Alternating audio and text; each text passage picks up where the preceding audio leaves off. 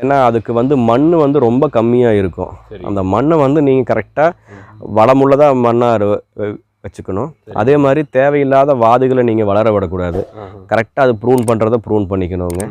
வருஷத்துக்கு ஒரு தடவை மண்ணில் இருக்கிற சத்து இல்லாத மண் எல்லாத்தையும் எடுத்துகிட்டு புது மண்ணை ஆட் பண்ணிவிட்டு ரூட்டெல்லாம் கட் பண்ணிவிட்டு மேலேயும் நீங்கள் செடிகள் எல்லாம் கட் பண்ணி விட்டுட்டு இருந்தீங்க அப்படின்னா எங்களுக்கு என்றைக்கும் அது மரத்தோட அமைப்போடு அப்படியே இருக்கும். மரம் வந்து பார்த்தீங்கன்னா இலையே இல்லை, எல்லாம் கம்பி சுற்றி இருக்குது. இது இப்போ என்னங்க இது? இப்போ இது பார்த்தீங்கன்னா இனிஷியலாக வந்து இந்த ட்ரங்க் வளர்றதுக்காக நிறைய வாதுகை வந்துருந்ததுங்க. இதெல்லாமே பார்த்தீங்கன்னா இங்கே பெரிய பெரிய வாதுகை இருந்த இடம் தான் இதெல்லாமே. இப்போ இதில் நம்மளுக்கு அந்த அழகுக்காக என்னென்ன வாது தேவையோ அதை மட்டும் வச்சுட்டு அந்த ஒரு வாது எப்படி போயிருக்குமோ அந்த வளைவு நெளிவுகளோடு பண்ணுங்கிறதுக்காக தான் இதுக்கு பேர் தான் ஒயரிங்னு சொல்கிறதுங்க. ஸோ இந்த ஒயரிங் பண்ணுறதுக்கு நிறைய விதிமுறை இருக்குது. அந்த விதிமுறை பின்பற்றி தான் ஒயர் பண்ணணுங்க. அப்போ தான் நீங்கள் வந்து இந்த மாதிரி வளைக்கிறப்போ வாதுகை உடையாமல்